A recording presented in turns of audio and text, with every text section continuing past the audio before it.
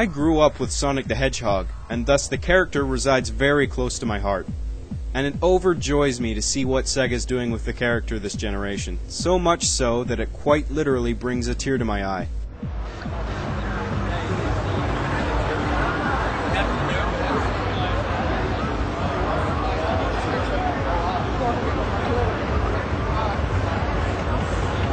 Sega definitely has a lot of good stuff to show this year.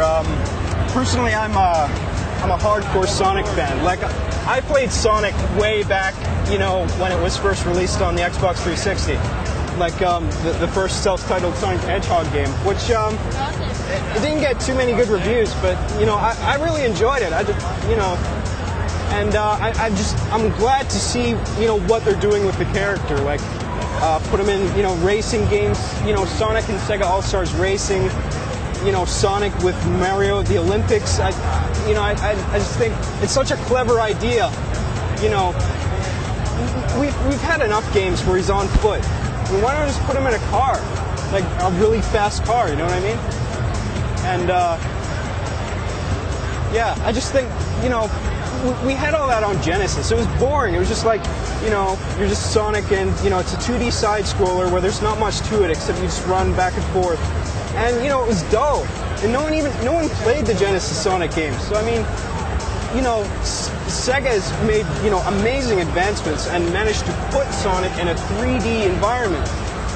And I'm just blown away with what they have to show at E3 this year, honestly. I think Sega's, you know, going nowhere but up. I mean, same with their game Bayonetta, which is, I believe, their answer to Capcom's Devil May Cry. And, you know, like, same thing with Saw, the video game.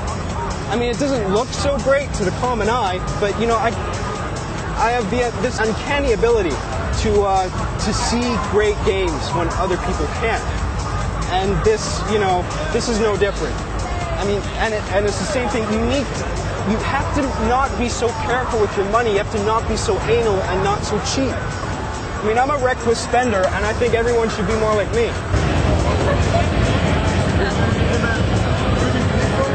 Take a picture for me? Yeah, sure.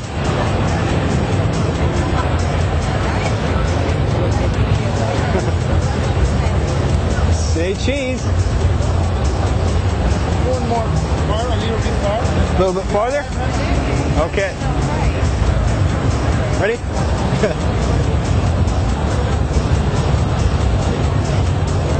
Sweet. Yeah, it's great. Thanks. Thank you. Thank you very much. No problem. I got a boner. Yes, I had an erection. Spore Heroes coming out. I love the original Spore. I played it for almost a whole week. About 6 of those days were the character creator, but, you know, it was still fun.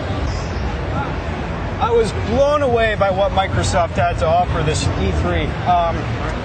Their project Microsoft Natal, their new motion sensing technology. And, you know, to start off with, I love the name, because Natal, it reminds me of natal, which means, by definition, like birth and, you know, babies and all that good stuff. So, in a way, it's like the rebirth of gaming. So it's revolutionizing it.